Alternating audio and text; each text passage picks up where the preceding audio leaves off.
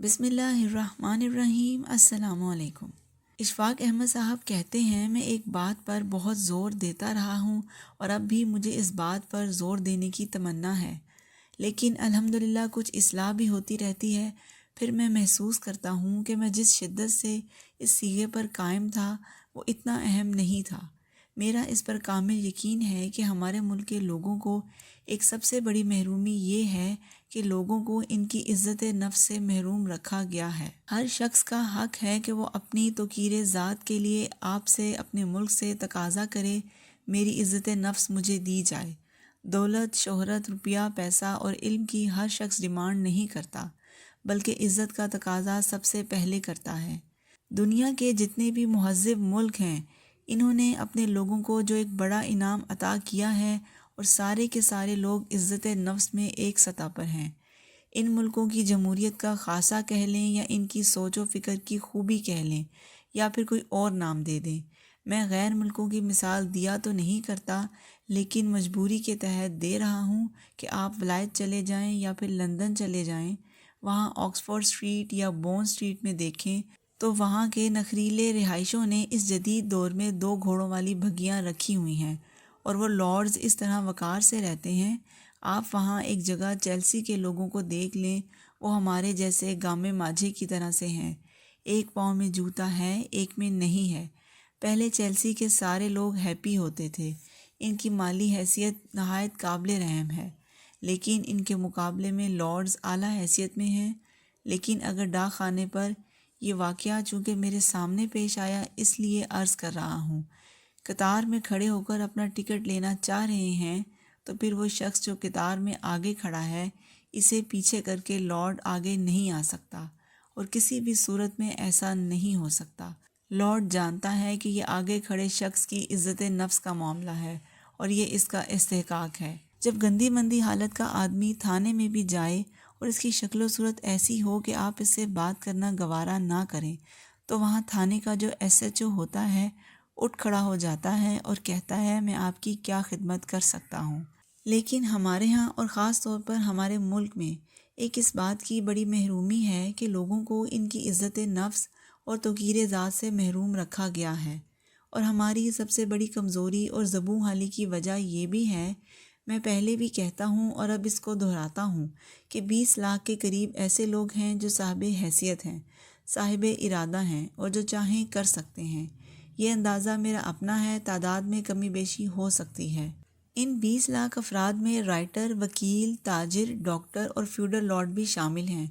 یہ ٹھیک ٹھاک چلتے جا رہے ہیں، ان کا باقی 14 کروڑ عوام سے تعلق نہیں ہے، وہ باقی لوگوں کو اپنا ساتھی نہیں سمجھتے۔ آپ ان دوسرے لوگوں کو اس صورت بھی ساتھی سمجھ سکتے ہیں کہ اگر انہیں ان کی عزت نفس واپس لوٹا دیں۔ ایسے نہیں کہ غریبی مکاؤ کا ایک پروگرام شروع کریں یا اس نظریے کے قائل رہیں کہ جب تک تعلیم عام نہیں ہوگی اس وقت تک کوئی مسئلہ حل نہیں ہو سکتا۔ عزت نفس کا حصول تو ہر شخص کا بنیادی اور پیدائشی حق ہے۔ بابے لوگوں کو بھی ایسی باتیں معلوم ہوتی ہیں۔ ایک بار ہمارے بابا جی نے کہا کہ جب اس کرۂ ارض پر دوسرا آدمی پیدا ہو گیا تھا، پہلے کا حق آدھا ہو گیا تھا، جبکہ ہم کہتے ہیں کہ ہمارا تو پورے کا پورا ہے، یہ دوسرے تو ایسے ہی ہیں، انہیں چھوڑو، دفع کرو۔ بعض اوقات بے خیالی میں ہم سے ایسی کوتاہی ہو جاتی ہے کہ ہم حق رکھنے والوں کو تحریر و تقریر میں حق اس لیے نہیں لوٹا سکتے کہ یہ لوگ جاہل ہیں یا تعلیم یافتہ نہیں ہیں۔ ہم کہتے ہیں کہ جب تک تعلیم عام نہیں ہوگی یہاں کچھ ٹھیک نہیں ہو سکتا، اور ہمارے اخبار والے عموماً ایسے لکھ دیتے ہیں کہ جی ملک میں 85% جاہل لوگ رہتے ہیں۔ میں ان اخبار والوں سے درخواست کرتا رہا ہوں کہ صاحب اتنے سخت الفاظ استعمال نہ کیا کریں۔ آپ ان کو جاہل لکھتے ہیں جو گندم اگا کے بوریوں میں بھر کے آپ کے گھروں تک پہنچا دیتے ہیں۔ یہ وہ جاہل لوگ ہیں جو آپ کے لیے جوتے سی کر ڈبوں میں بند کر کے آپ کو پہنچاتے ہیں۔ آپ خدا کے واسطے ایسے ہی انہیں جاہل نہ کہیں۔ ہمارے بابے کہتے ہیں کہ عزت نفس اس وقت تک عطا نہیں کی جا سکتی جب کہ عطا کرنے والا خود معزز نہ ہو۔ ہم جب تک اپنی نظروں میں خود محترم نہیں ٹھہریں گے اس وقت تک عزت نفس لٹانے کا کام نہیں کر سکیں گے۔ ہم نے ایک تحقیقی سروے میں 21 بندوں سے دریافت کیا کہ وہ رشوت کیوں لیتے ہیں۔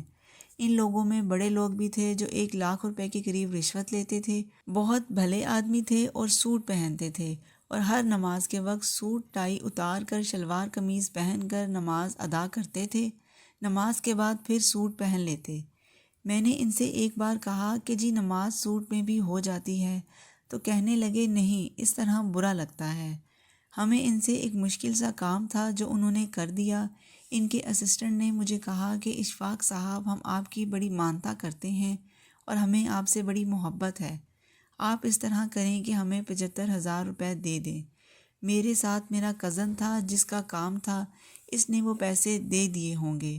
جب میں اٹھ کر آنے لگا تو وہ صاحب جو سوٹ بدل کر نماز پڑھ کر پھر سوٹ پہن لیتے تھے، انہوں نے مجھ سے کہا کہ آپ اگر برا نہ مانیں تو ایک بات کہنا چاہتا ہوں۔ میں نے کہا فرمائیے، تو وہ کہنے لگے کہ میں آپ سے درخواست کرتا ہوں کہ آپ میری نمازوں اور داڑھی پر نہ جائیں اور میرے حصے کے پیسے الگ دیں۔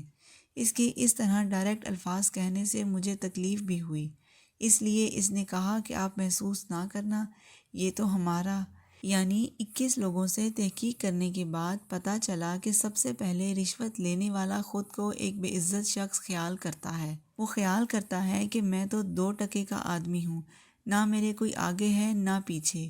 وہ ایسا لاشعوری طور پر سمجھتا ہے۔ بابے کہتے ہیں کہ جب تک آپ اپنے آپ کو عزت عطا نہیں کریں گے، اس وقت تک کام نہیں بنے گا۔ لاہور میں اب جس جگہ واپڈا ہاؤس ہے، جہاں یہ بلڈنگ نہیں تھی، تو ایک زمانے میں اس جگہ ایک سپاہی کھڑا ہوتا تھا، اشارہ نہیں ہوتا تھا، وہ ٹریفک کو کنٹرول کرتا تھا۔ اس کے ساتھ نیلی وردیوں والے خوبصورت اور چاقو چوبند 8-7 اسکاؤٹ کھڑے ہوتے تھے۔ ایک اسکاؤٹ نے سپاہی کو آ کر سلوٹ کیا اور کہا کہ سر وہ شخص خلاف ورزی کر کے گیا ہے، تو سپاہی نے کہا کہ یار جانے دو، کوئی بات نہیں۔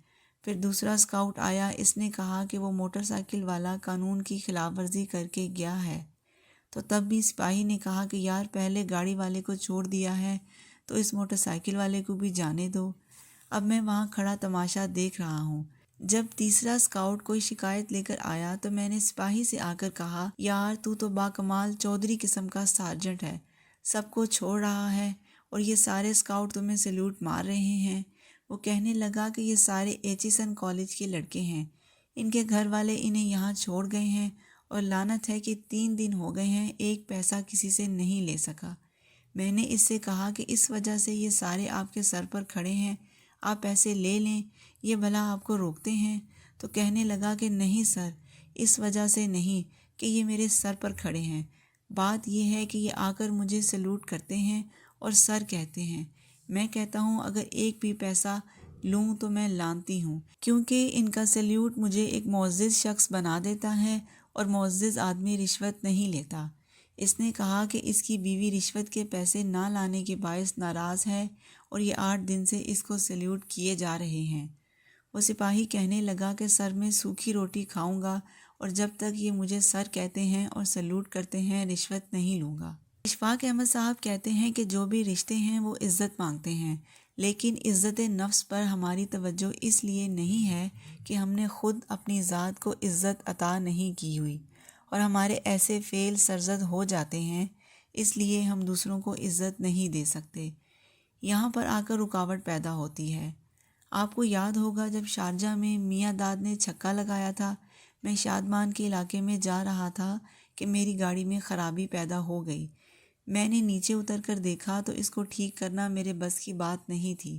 ایک خاتون گھر سے باہر آئیں، انہوں نے آ کر دیکھا اور پھر کہا کہ یہ آپ سے ٹھیک نہیں ہوگی۔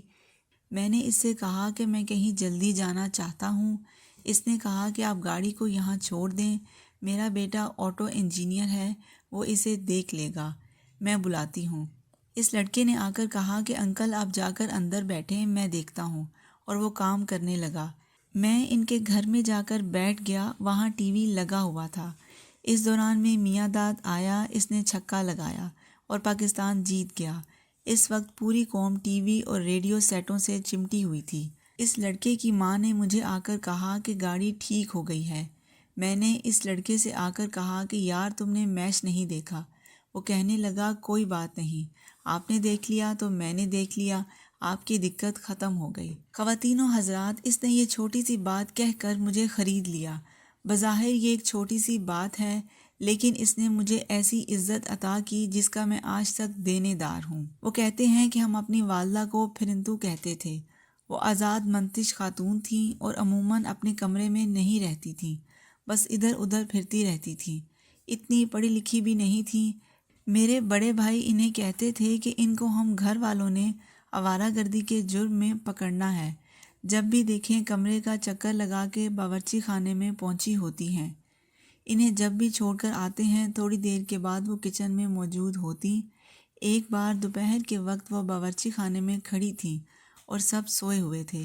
میں نے پوچھا کیا کر رہی ہیں تو وہ کہنے لگیں کہ بندر والا مداری آیا تھا اور بھوکا تھا، اس کے لیے پکوڑے تل رہی ہوں۔ میری اماں کا سارا سینٹر باورچی خانہ تھا۔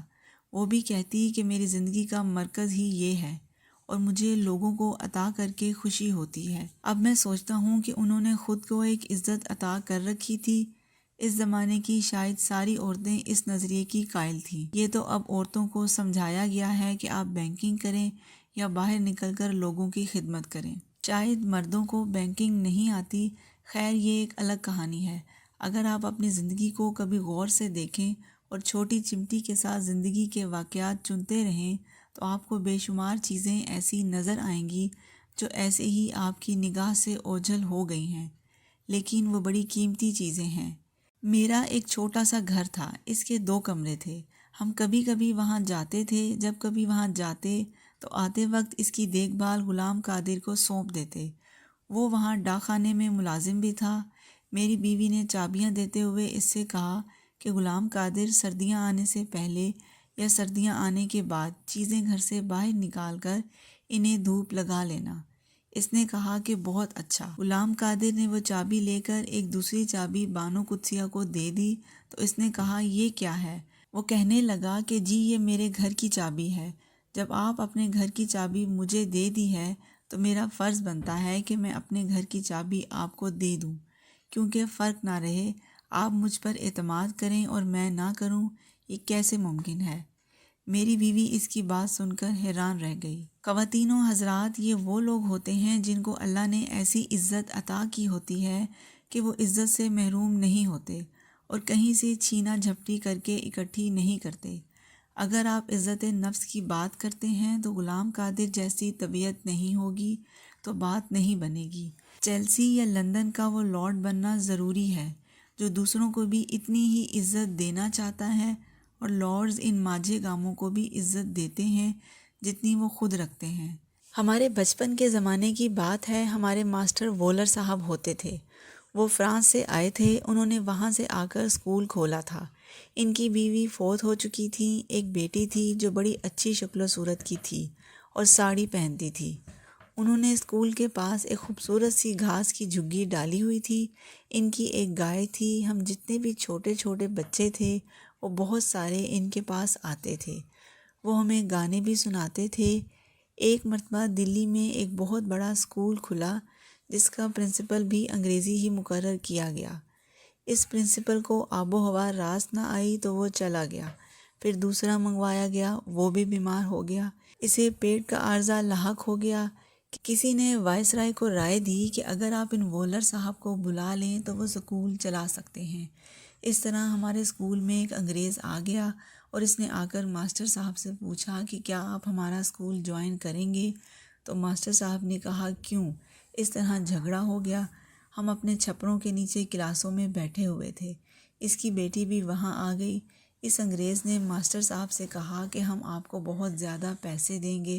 ماسٹر صاحب نے کہا کہ میں تمہارے ساتھ جانے کو تیار ہوں، لیکن پہلے میرا معدہ کھینچ کر اتنا بڑا کر دو کہ اس میں وہ ڈھیر سارے پیسے سما جائیں جن کی تم مجھے آفر کر رہے ہو۔ ماسٹر صاحب نے اس سے کہا کہ میں ان بچوں کو چھوڑ کر کہیں نہیں جا سکتا۔ میں گاؤں گاؤں اور گھر گھر جا کر ان بچوں کو اکٹھا کر کے لایا ہوں، اور اب میں ان کو ایک دم سے کیسے چھوڑ کر چلا جاؤں؟ میں ایسا نہیں کر سکتا۔ وہاں ایک گارڈر کو بجا کر اور ٹن ٹن کر کے ہمارے آنے اور جانے کی گھنٹی بجائی جاتی تھی، لیکن جب 3 دفعہ گھنٹی بجتی تو وولر صاحب کی آمد سے پہلے بجتی تھی۔ جب وہ گھنٹی 3 بار بجی تو ہم پریشان ہو گئے اور بھاگ کر باہر آ گئے اور کھڑے ہو گئے۔ وولر صاحب سب بچوں کو مخاطب کر کے کہنے لگے کہ بندہ نواز ہو، تم کو پتہ ہے کہ میں بندہ ہوں اور آپ بندہ نواز ہیں؟ ہم نے کہا کہ ہاں جی، حالانکہ ہمیں کیا پتہ کہ یہ بندہ نوازی کیا ہے۔ انہوں نے پھر بآواز بلند کہا کہ میں تمہارا خادم ہوں، ایک ظالم آدمی آیا تھا جو مجھے تم سے چھین کر اپنے ساتھ لے جانا چاہتا تھا۔ وہ تقریر کرتے ہوئے رو بھی رہے تھے۔ اولر صاحب نے کہا کہ اگر میں اپنی بیٹی کی بات مان کر یہاں سے چلا جاتا، جو دلی جانے کی بڑی خواہش مند تھی، تو نہ میں آپ سے مل سکتا تھا نہ آپ مجھ سے مل سکتے تھے۔ جب وہ رو رہے تھے اور ہمیں بہت پیارے تھے تو ہم بھی ان کی ٹانگوں سے چمٹ کر رونے لگے۔ ایک عجیب حال دہائی مچ گئی۔ وہ ایک باعزت آدمی تھے، انہوں نے اپنی ذات کو عزت عطا کی ہوئی تھی، حالانکہ اتنے بڑے مالی فائدے سے محروم رہے، اور جب بھی دنیا سے گئے ہوں گے اس اعزاز کے ساتھ گئے ہوں گے جس کی لوگ تمنا کرتے ہیں۔ اللہ آپ کو آسانیاں عطا فرمائے اور آسانیاں تقسیم کرنے کا شرف عطا فرمائے۔ آپ سب کا بہت بہت شکریہ۔ آپ لوگ میری ویڈیو دیکھتے ہیں، سنتے ہیں، سمجھتے ہیں، پسند کرتے ہیں، شیئر کرتے ہیں اور میرے چینل کو سبسکرائب کر کے مجھے موٹیویٹ کرتے ہیں۔ جزاک اللہ۔